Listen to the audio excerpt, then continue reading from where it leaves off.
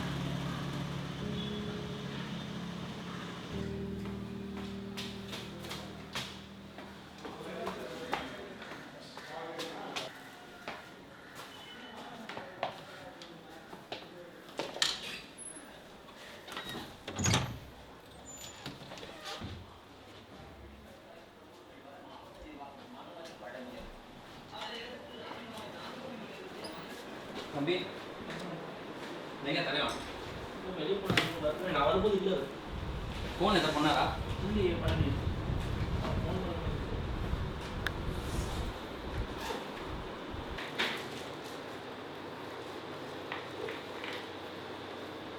என் பேர் ஹசீஃப்.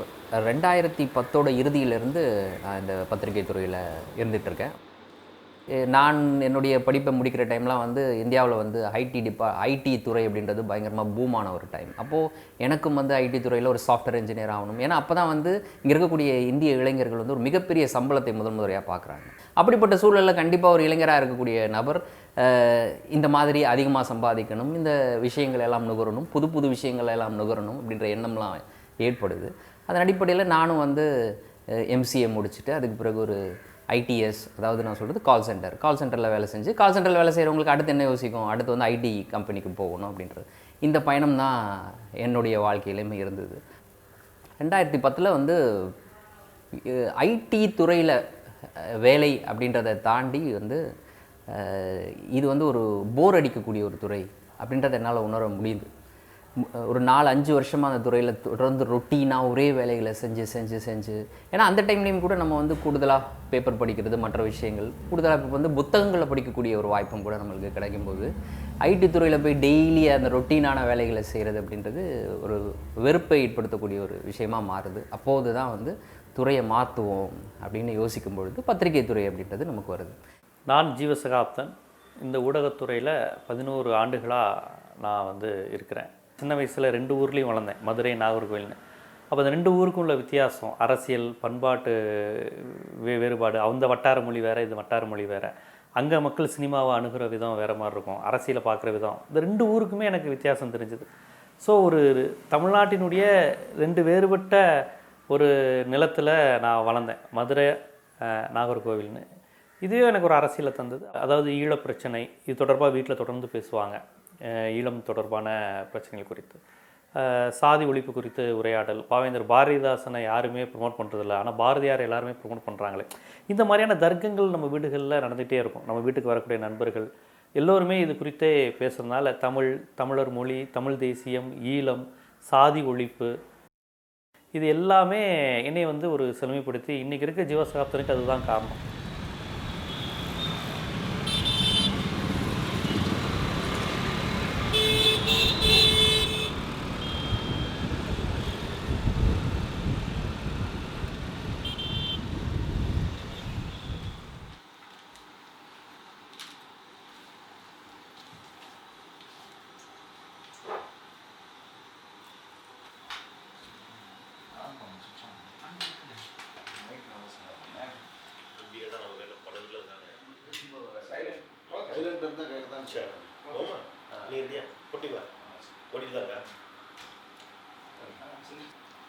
அனைவருக்கும் வணக்கம். இது தமிழ் கேள்வி. மீண்டும் உங்களை சந்திப்பதில் மிக்க மகிழ்ச்சி. நான் செந்தில்.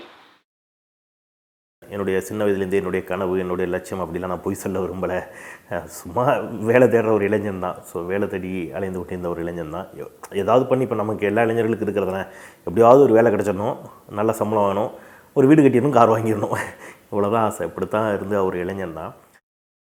24 மணி நேர செய்தி தொலைக்காட்சியில் 2011 அப்போ தான் வர ஆரம்பிக்கிறாங்க. அப்படி ஒரு தொலைக்காட்சி வருகின்ற போது அதில் சேர்றதுக்கான ஒரு வாய்ப்பு கிடைச்சிது. நான் ஏற்கனவே சொல்லியிருந்தேன், இது என்னுடைய அறிவையும் திறமையும் பார்த்து என்னை நீங்கள் எடுத்தாங்க அப்படின்னா சொல்லலை. பச்சையாக சொல்லணுன்னா என்னை வேலைக்கு எடுக்கணுங்கிற முடிவே அவங்க பண்ணலை. ஏன்னா எனக்கு வந்து என்னோடய ரெஸ்யூமை கூட சரியாக தயாரிக்க தெரியல. அப்போ நான் சென்னைக்கு வந்தபோது நம்மளுக்கு ஒரு தமிழ் வழி கல்வியில் படித்தவன், ஒரு கிராமத்துலேருந்து வந்தேன். எனக்கு என்ன ரெஸ்யூமில் போடணும்னு கூட தெரியாது. கேள்வி கேட்டால் என்ன பதில் சொல்லணும்னு தெரியாது. வேலை நல்லா செய்வேன், ஆற்றல் உண்டு, சமூக பார்வை உண்டு. ஆனால் அதெல்லாம் எனக்கு சொல்ல தெரியாது, கன்வே பண்ண தெரியாதுல்ல. அப்போது என்னை எடுக்கலை, வேணான்ட்டு அனுப்பி விட்டாங்க. ஆனால் அந்த நிறுவனத்தில் இருந்த இயக்குநர்களை ஒருத்தர் எங்கள் ஊருக்காரர். அப்போது அவர்கிட்ட சொல்லி சிபாரிசு அடிப்படையில் தான் என்னை வந்து போனால் போய் வேலைக்கு வா அப்படிங்கிற மாதிரி தான் என்னை வந்து வேலைக்கு எடுத்தாங்க. பட் அதுக்கப்புறம் வந்து கிடைத்த எல்லா வாய்ப்புகளையும் நான் வந்து வேலையாக பார்க்காம, சிலர் பணிச்சுமையாக பார்த்தாங்க, நான் வேலையாக பார்க்காம வந்து வாய்ப்பாக பயன்படுத்தி அதை செய்ய ஆரம்பித்தேன்.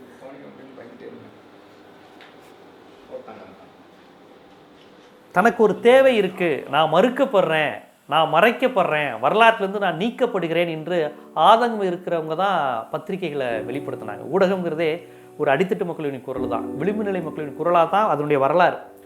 அப்போ இதுவரையும் வெளியே தெரியாமல் இருந்த சமூகங்கள், இதுவரையும் எங்கள் குரல் எடுபடவில்லை இந்த பிரிட்டிஷ் ஏகாதிபத்தியத்தில் என்று நினைத்த சுதந்திர போராட்ட வீரர்கள், இவர்கள்லாம் சேர்ந்து தான் பத்திரிகையை தொடங்குறாங்க. அப்போ இந்த பத்திரிகை ஊடகம்ங்கிறதே ஒரு அரசியல் உணர்வோடு தொடர்புடையது தான். அது வலதுசாரி, இடதுசாரி, திராவிடம் என்னவா வேணாலும் இருந்துட்டு போகுது. ஒரு அரசியல் உணர்வின் வெளிப்பாடு தான் பத்திரிகைங்கிறதும் ஊடகங்கிறதும். இது இப்போ பிஸ்னஸ் ஆயிடுச்சான்னு கேட்டிங்கன்னா, மக்களுக்கு தேவையான செய்தியை கொண்டு போகணும்னு நினைக்கிற வரையும் அது அரசியல் உணர்வு இருந்தது. நமக்கிட்ட இருக்கிற செய்தியை மக்கள்கிட்ட கொடுக்கணும்னு நினைக்கிற தன்மை வந்துருச்சு பார்த்தீங்களா, அது ஒரு மார்க்கெட் ஆகுது. பிஸ்னஸ், வணிகம், செய்தி வணிகமாக்குங்கிற அந்த விஷயம் நடந்தாலுமே அறத்துடன் கொடுக்கணுங்கிற உணர்வுடைய செய்தியாளர்கள் இருக்கிறாங்க. ஸோ என்னதான் நிறுவனம் கட்டுப்படுத்தினாலும் செய்தியாளர்களுடைய தனிப்பட்ட அரசியல் உணர்வு, பார்வை, அவனுக்கு இருக்க சமூக அக்கறைங்கிறது அந்த வணிகத்தை தாண்டி மக்களுக்கான செய்திகளை கொடுத்துக்கிட்டு தான் இருக்கும், கொடுத்துக்கிட்டு தான் இருக்கு.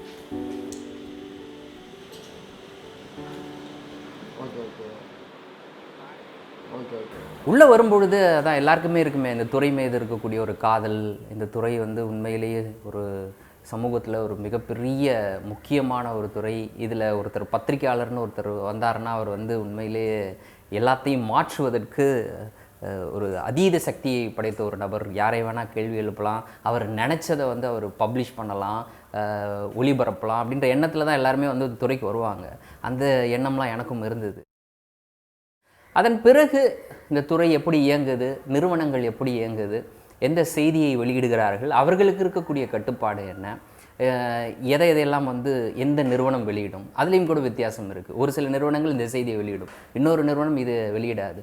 அதில் பல காரணிகள் இருக்குது. ஒன்று, அந்த நிறுவனத்தை நடத்தக்கூடிய முதலாளி தொடங்கி அந்த நிறுவனத்தில் இருக்கக்கூடிய ஆசிரியர், அப்புறம் அந்த நிறுவனத்துக்குன்னு தனியாக ஒரு பாலிசி வேறு இருக்கும். அந்த முதலாளிக்கும் இன்னொரு முதலாளிக்கு பிடிக்காது, இல்லைன்னா அந்த முதலாளிக்கு ஒரு அரசியல் கட்சி தலைவருக்கு பிடிக்காது. இந்த மாதிரி பல விஷயங்கள் இருக்கும்.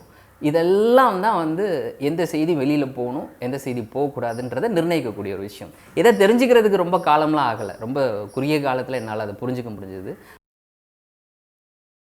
மீடியாக்குள்ளே வந்து தொடக்கத்தில் எப்படி இருந்துச்சு அப்படின்னு கேட்டிங்கன்னா, நான் இதை சொல்கிறதுனால பலருக்கும் வந்து வருத்தம் ஏற்படுது, கோபம் ஏற்படுது. ஒரு கட்டத்தில் வந்து பார்த்திங்கன்னா மீடியாவுக்குள்ளே நான் சொல்கிறது உயர் பதவிகளில், உயர்மட்ட பதவிகளில் ஒரு குறிப்பிட்ட உயர் சாதியினருடைய ஆதிக்கம் அதிகமாக இருக்கும். எண்ணிக்கை அடிப்படையில் அவங்க தான் தீர்மானிக்கக்கூடிய இடத்துல இருந்துருப்பாங்க. மற்றவர்கள் ஊழியர்களாக இருப்பாங்க, கடைநிலை ஊழியர்களாக இருப்பாங்க. ஒரு கட்டத்தில் வந்து என்ன மாதிரி எங்கிருந்து வந்தோன்னே தெரியாமல் சாமானியர்கள் கீழே இருந்து கிளம்பி வர்றோம், வந்து நிற்கிறோம், அவங்களுடைய திறமைகள் வெளிப்பட ஒரு வாய்ப்பு கிடைக்குது. அந்த வாய்ப்பை வந்து நாங்கள் பயன்படுத்துகிறோம். அப்போ மக்கள் வந்து எங்களை அங்கீகரிக்கிறாங்க. நல்லா தான்ப்பா பண்ணுறான் இந்த பையன், இந்த ஆள் கூட சூப்பராக பேசுகிறாரியா அப்படிங்கிற அங்கீகாரம் எங்களுக்கு மக்கள்கிட்ட கிடைக்க ஆரம்பிக்கும் போது நாங்கள் அடுத்த கட்டத்துக்கு மாற ஆரம்பிக்கிறோம்.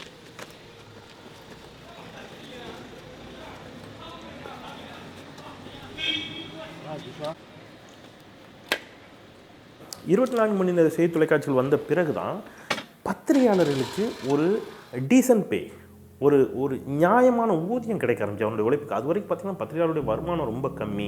அப்போ இதெல்லாம் வர ஆரம்பிக்குது. அப்போது ஒரு கட்டத்தில் ஒரு நல்ல டீசெண்டான ஒரு வருமானம் கிடைக்க ஆரம்பிக்குது. அது யாருக்கு கிடைக்க ஆரம்பிக்குதுன்னா, இங்கே இருக்கக்கூடிய இடைநிலை சமூகங்களில் இருந்து வரக்கூடிய இளைஞர்கள் கிடைக்க ஆரம்பிக்குது. அவங்களுக்கு பெயர் கிடைக்குது, பாராட்டு கிடைக்குது, புகழ் கிடைக்குது. இது பெரிய அளவில் சிலரை டிஸ்டர்ப் பண்ண ஆரம்பிக்குது. அப்போ அவங்க என்ன செய்கிறாங்க அப்படின்னா, அதில் டிஸ்டர்ப் ஆகுறாங்க. அப்புறம் கருத்தியல் தளத்தில் இந்த இளைஞர்கள், ஏன்னா ஒரு சமூக நீதி தளத்துலேருந்து இந்த இளைஞர்கள் வந்திருப்பான். நீங்கள் கீழே இருந்து நான் பல முறை சொன்னேன், இதில் வந்த பலரும் சத்துணவு சாப்பிட்டு வந்த பசங்க தான். அப்போ அவன் என்ன செய்வான்னா, சமூக நீதி சார்ந்த விஷயங்களை முன் வச்சு பேசுவான். அப்போ அவனுக்கு வந்து மறைமுகமாக வந்து சிக்கல்களை கொடுக்க ஆரம்பித்தாங்க. பொலிட்டிக்கல் த்ரெட்டன்ஸ் எல்லாமே வர ஆரம்பிக்கும். முதல்ல எல்லாருக்கும் கொஞ்சம் மிரட்சியாக இருந்துச்சு, பயமாக இருந்துச்சு. நான் சொல்கிறது எனக்கு மட்டும் இல்லை, என் கூட இருந்த எல்லாருக்குமே என்ன இது, ஏன் இப்படி பண்ணுறாங்க அப்படின்னு. ஆனால் அப்படி வர்றவங்க எங்கேருந்து வர்றாங்கன்னே தெரியாது, உங்களால் கண்டுபிடிக்கவே முடியாது. ஏன்னா உங்களுடைய உயர் அதிகாரியும் யாராக தான் இருப்பார்னு கேட்டிங்கன்னா, அவரும் இதே மாதிரி சமூக நீதி பயணத்தில் வந்தவராக தான் இருப்பார். நான் சொல்ல ஒரு நிறுவனத்துடைய ஒரு நிர்வாக ஆசிரியரோ ஒரு முதன்மை ஆசிரியரோ யாராக இருப்பாங்கன்னா, அவரும் கிட்டத்தட்ட ஒரு இடைநிலை சமூகத்திலேருந்து வந்த ஒருத்தராக தான் இருப்பார். ஆனால் தாக்குதல் எங்கேருந்து வரும், எங்கேருந்து வருதுன்னே உங்களால் கண்டுபிடிக்கிறது உங்களுக்கு கஷ்டமாக இருக்கும். ஏன் வருது, எதுக்காக வருது, என்ன அவங்களுக்கு பிரச்சனை. அதுக்கப்புறம் தான் ஒரு கட்டத்தில் புரிஞ்சுது, ஓகே இதுதான் இவங்களுடைய பிரச்சனை அப்படிங்கும்போது, அதில் ஒன்று நீங்கள் சமரசம் செஞ்சுட்டு நீங்கள் அங்கே இருக்கணும், இல்லைன்னா எதிர்த்து சண்டை போடணும். இப்போ நான் ஒரு கட்டத்தில் எதிர்த்து சண்டை போடுறதுங்கிற முடிவை நோக்கி நகர்ந்தேன்.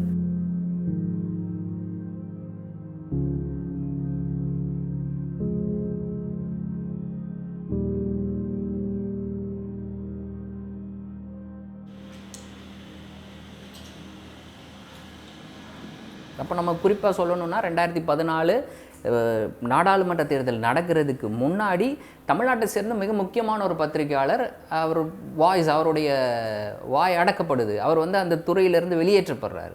வீரபாண்டியன் அப்படின்ற ஒரு பத்திரிகையாளரை வந்து எல்லாருமே தெரிஞ்சிருக்கும். நேருக்கு நேர் அப்படின்ற ஒரு ரொம்ப முக்கியமான ஒரு டிபேட் ஷோ. அதில்னா அது வந்து 1 to 1 அந்த ஷோவை நடத்தினவர், அது வெற்றிகரமாக பல ஆண்டுகள் நடத்தி காமிச்சவர் சன் டிவியில். அப்போது 2014க்கு முன்னாடியே வந்து அப்போதைய பிரதமர் வேட்பாளராக இருந்த, பிரதமர் கூட ஆகலை, பிரதமர் வேட்பாளராக இருந்த மோடியை பற்றி ஒரு கருத்தை வந்து ஒரு பொது நிகழ்ச்சியில் அவர் பேசுகிறாரு. அது வந்து ஒரு சாதாரணமான விஷயந்தான், ரொம்ப ஒரு பெரிய விஷயம்லாம் கிடையாது. ஒரு கருத்து, அவருடைய கருத்து அவரை பற்றி. அந்த கருத்தை அவர் சொன்னார்ன்ற அடிப்படையில் வந்து அவர் சன் டிவியிலேருந்து அந்த ஷோவை வந்து அவர் ஹோஸ்ட் பண்ணக்கூடாது அப்படின்னு ஒரு ஒரு நெருக்கடி அவங்களுக்கு கொடுக்குறாங்க. இப்போ 2014 அது நடக்குது. அதே டைமில் பார்த்திங்கன்னா நேஷ்னல் லெவலில் பலர் வந்து இந்த மாதிரி வேலையை விட்டு போகிறாங்க. ஸோ அப்போ அந்த ட்ரெண்ட் மாறி இருக்குது. அப்போ அதுக்கு பிறகு வந்து புதிய தலைமுறை தான் டிபேட் அப்படின்ற ஒரு விஷயத்தை கொண்டு வராங்க தமிழ்நாட்டுக்கு. அப்போ அந்த டிபேட் ஷோவில் அதை ஹோஸ்ட் பண்ணக்கூடிய ஆங்கர்ஸ்க்கு அந்த ப்ரெஷர் வருது. ஃபஸ்ட்டு அங்கேருந்து தான் அந்த ப்ரெஷர் தொடங்குது. அப்போ அந்த ஹோஸ்ட் பண்ணக்கூடிய ஆங்கருக்கு நீ இந்த கேள்வியை ஏன் கேட்குற அப்படின்னு ஒரு நபர் வந்து ஃபஸ்ட் டைமாக வந்து அந்த ஆங்கரை நோக்கி வைக்கிறாரு. அப்படி கேட்கக்கூடிய நபரை பற்றி பொது வெளிகளில், அப்போ சமூக வலைதளங்களும் பயங்கர வேகமாக வளர்ந்த டைம், சமூக வலைதளங்களில் அவரை பற்றி தவறாக எழுதுறது, அவர் சார்ந்த மதம் உட்பட, இல்லைன்னா அவர் சார்ந்த அரசியல் கொள்கை, இது மாதிரியான பல விஷயங்களை வச்சு அவரை எழுத ஆரம்பிக்கிறது. அப்போது அது முதல்ல டிபேட் ஷோன்றதே தமிழ்நாட்டுக்கு ஃபஸ்ட்டு. அதை கொஞ்சம் ஓரளவுக்கு ஒரு 3 வருஷம் வந்து நம்ம செஞ்சுக்கிட்டு இருக்கோம். அப்போது அந்த நிலைமை மாறுது. என்னை பார்த்து இந்த கேள்வி நீ எப்படி கேட்கலாம், இதற்கு காரணம் நீ இந்த மதத்தை சார்ந்தவன், இதற்கு காரணம் நீ வந்து இந்த அரசியல் சித்தாந்தத்தை ஏற்றவன், உன்னுடைய சமூக வலைதளங்களில் போய் என்னால் பார்க்கும்பொழுது தெரியுது நீ எந்த கலர் அப்படின்ற மாதிரியெல்லாம் பொதுவெளிகளில் அவர்களை பற்றி எழுதுவது. நீ வந்து உன்னோட கருத்துக்களை முன்வைக்காத, பேசாத. அப்போது எங்களுடைய கருத்துக்களுக்கு கைவிலங்கு போடப்பட்டுச்சு. நீ சம்பளம் வாங்கிக்கோ, உனக்கு என்ன வேணும், நல்லா இரு, உனக்கு வேறு ஏதாவது வேணுமா சொல்லு, கேளு, நான் செஞ்சு தரேன். ஆனால் நீ ஏன் இப்படி பேசுகிற, சின்ன கொஞ்சம் நெளிவு சொல்லியோடு நகருவோம். ஏன்னா அந்த இடத்த தக்க வச்சு நம்ம ஃபைட் பண்ணுங்கிறதுக்காக ஒரு நாள் ஷோவில் கொஞ்சம் ஓகே இப்போது நீ சொல்கிறது பொய்ன்னு தெரிஞ்சும் அவனுக்கான ஸ்பேஸை கொடுப்போம். இந்த மாதிரியான சில சமரசங்களை செஞ்சாலும் லாங் டைம் அதை கண்டினியூ பண்ண முடியலை. என்ன வந்துச்சு அப்படின்னா, நான் கடைசியாக பணியாற்றிய தொலைக்காட்சியில் வந்து நெருக்கடி அப்படிங்கிறது, நீ வேலை பார், இரு, சம்பளம் வாங்கிக்கோ, ஆனால் நீ ஷோ பண்ணாத. தட் மீன்ஸ் நீ கேள்வி கேட்காத.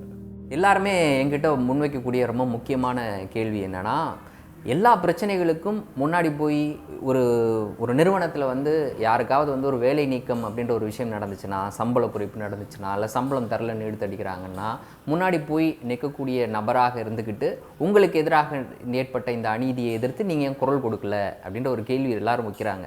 அன்றைக்கு அந்த முடிவை நான் ஏற்றுக்கொள்ளாமல் போயிருந்தேன்னா, நான் வந்து ஒரு காசுக்காக வேலை செஞ்சுக்கிட்டு இருக்கேன்ல, அந்த காசுக்கு அகெயின்ஸ்டாக அது ஆயிருக்கும் அப்படின்ட்டு. என்னென்னா, இங்கே இருக்கக்கூடிய எல்லாருடைய சமூக பாதுகாப்பு, அதாவது நான் இந்த துறையில் வேலை செய்கிறவர்களுடைய வேலை பாதுகாப்பு, சமூக பாதுகாப்பு, அவருடைய சம்பள பாதுகாப்பு, இந்த விஷயங்களெல்லாம் தொடர்ந்து நம்ம பேசிக்கிட்டு இருக்கோம். பட் அந்த விஷயத்துக்கே அது எதிராக முடிஞ்சிருக்கும் அப்படின்ட்டு. அப்போது எப்படி நடத்தப்படுது அப்படின்னா, நீங்கள் வந்து சாதாரணமாக இந்த விஷயத்தை அக்செப்ட் பண்ணிவிட்டு ஒரு நார்மலாக நீங்களே ரிசைன் பண்ணிட்டு போகிற மாதிரி போயிட்டீங்கன்னா இந்த பாதிப்புகள்லாம் ஏற்படாது அப்படின்னு சில பாதிப்புகள் பட்டியலிடப்பட்டிருந்தது. அப்போ அந்த நேரத்தில் போயிட்டு நான் எல்லாரையும் திரட்டி அந்த இடத்துல வந்து அந்த விஷயத்தை எதிர்கொள்ளக்கூடிய சூழல் இல்லை. அதுக்கு பிறகு வந்து ஒவ்வொருத்தராக வெளியேற்றப்பட்டது, இல்லை வேறு வழி இல்லாமல் அவர்கள் வெளியில் வந்தது அப்படின்றது அது வந்து ஒரு துரோகம் தான் வச்சுக்கோங்களேன். அது நிர்வாகம் செஞ்ச ஒரு துரோகம். ஹசீஃபை வெளியே அனுப்புனதுக்கான காரணமே கிடையாது. அவர் முஸ்லீமு, அவர் ஏதோ இந்துக்களை இழிவுபடுத்திட்டாருன்னு வந்த தப்பான செய்தியை வச்சு அவர் மேலே ஒரு தொடர்ந்து குற்றச்சாட்டு வச்சு திடீர்னு அவர் வேலையை விட்டு போக சொல்கிறாங்க. அது எப்படி அவரை வேலையை விட்டு போக சொன்னதுங்கிறது எங்களுக்கு அதிர்ச்சியாக இருந்தது. இப்போ நானும் ஹசீஃபெல்லாம் நியூஸ் 18 தொடக்க காலத்திலேருந்து அதை வடிவமைத்தவர்கள். அதோடைய ஹெட் குவார்ட்டர்ஸான ஹைதராபாத்திலேருந்து எங்கள் ஒர்க்க ஆரம்பித்து அந்த சேனலே யாருக்கும் தெரியாதப்போ நாங்கள் அந்த சேனலின் முகங்களாக இருந்து நாங்கள் தான் அந்த சேனல் இருக்க போகிறோன்னு ஆரம்பித்தவங்க. நானும் ஹசீஃபெல்லாம் ஆரம்பத்துலேருந்து வந்தவங்க.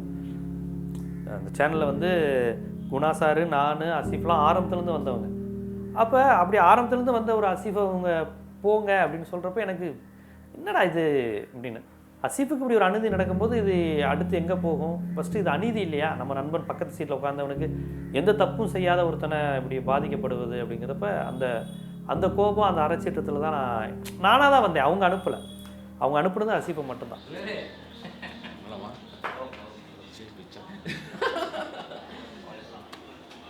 எல்லாத்துலேயும் ஒரு லிமிட்டேஷன் இருக்குல்ல எனக்கு. ஆனால் உள்ளேருந்து வெளியில் வந்த பிறகுதான் அப்பா இவ்வளோ நாள் நம்ம கையை இவ்வளோ கட்டி போட்டு வச்சிருக்காங்க நான் புரிய முடியுது. எனக்கு நான் ஃப்ரீயாக எழுதுறேன். கல்யாணம் மட்டும் இல்லைன்னு வச்சுக்கோங்களேன், சுதந்திரமாக கொண்டாடுவேன். இது குழந்தைங்க இப்போ ஃபேமிலி இருக்கும்போது அவங்களுக்காக சில விஷயங்கள் அவங்களுக்கு புரியுதான், அவ்வளோ விஷயங்கள் செய்ய வேண்டிய தேவை இருக்குன்றதை புரிய முடியுது. ஆனால் அதுக்கு இன்ஃப்ரா ஆள் எதுவுமே இல்லாமல் எல்லாமே வந்து என் கையில் வீட்டில் கிடந்தது. எக்யூப்மெண்ட்டை பொறுத்த கேமரா பொறுத்த வரைக்கும் எல்லாமே ஃப்ரெண்ட்ஸ்கிட்ட இருந்து வாங்கினது. என்கிட்ட இருந்த கேமரா நாங்கள் இதுக்கு முன்னாடியே நாங்கள் வேலை செய்யும் பொழுது ஒரு யூடியூப் சேனல் ஆரம்பிக்கலாம் சிஎன்பிசிக்குன்னு சொல்லிட்டு அப்போ வந்து ஒரு ஆல்டர்னேட்டிவ் அதுக்காக சில எக்யூப்மெண்ட்ஸ்லாம் வாங்கணும் நம்ம எல்லாரும் காசு போட்டு.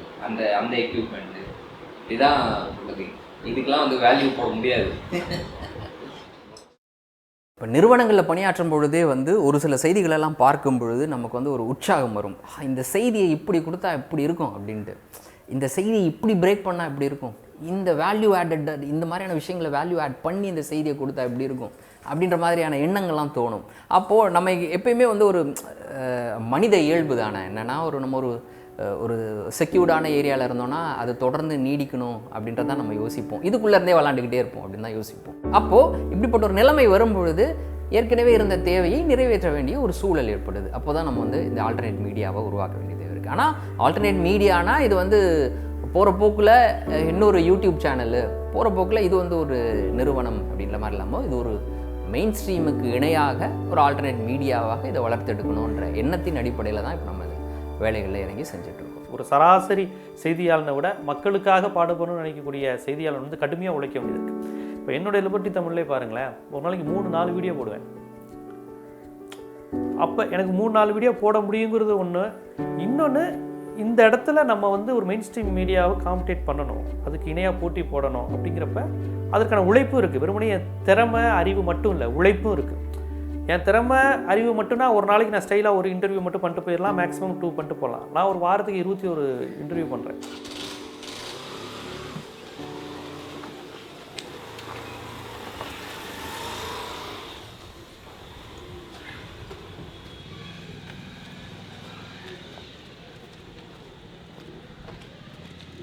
2 எதிர்பார்த்தாங்க. ஒன்று, இவன் அமைதியாகி சம்பளத்தை வாங்கிட்டு அமைதியாக இருப்பான். ஏன்னா இப்போ நீங்கள் 2 லட்ச ரூபா நியர்லி நெருங்கி சம்பளம் வாங்க, அப்போ 2 லட்ச ரூபாய்க்கு ஏற்ற மாதிரி லைஃப்பை வந்து லைஃப் ஸ்டைல் மாறி இருக்கும், எக்ஸ்பெண்ட் பண்ணியிருப்பீங்க. அப்போ 2 லட்ச ரூபா இல்லைன்னா என்ன பண்ணுவான்? அதனால் அமைதியாக இருப்பான். அப்படி இல்லைன்னா இவன் வந்து வேறு வழி இல்லாமல் என்ன செய்வான்னா, திராவிட இயக்கங்கள் நடத்தக்கூடிய குறிப்பாக திமுகவினுடைய குடும்ப தொலைக்காட்சிகளில் கலைஞர் டிவிலையோ சன் டிவிலையோ இவன் வந்து போய் சேருவான் அப்படிங்கிறதான் அவங்களுடைய எய்ம்.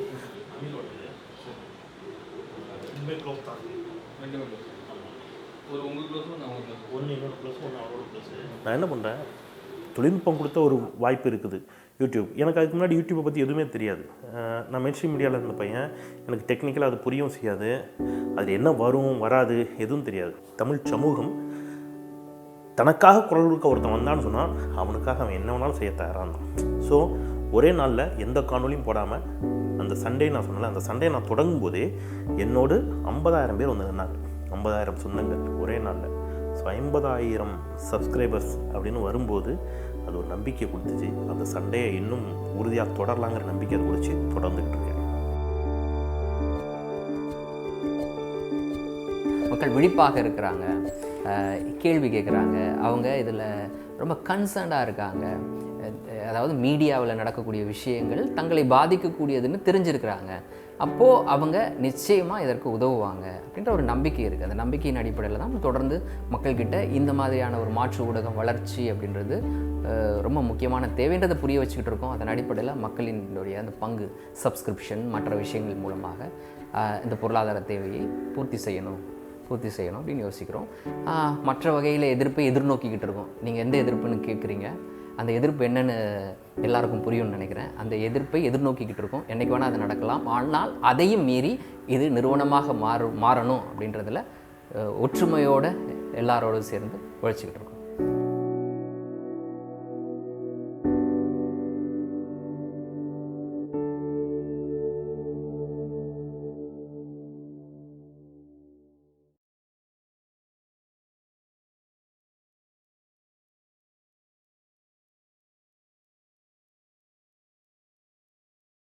அன்றாட சமூக அரசியல் நிகழ்வுகள் குறித்து தெரிந்து கொள்ள திண்ணை டிவிக்கு சப்ஸ்கிரைப் செய்யவும்.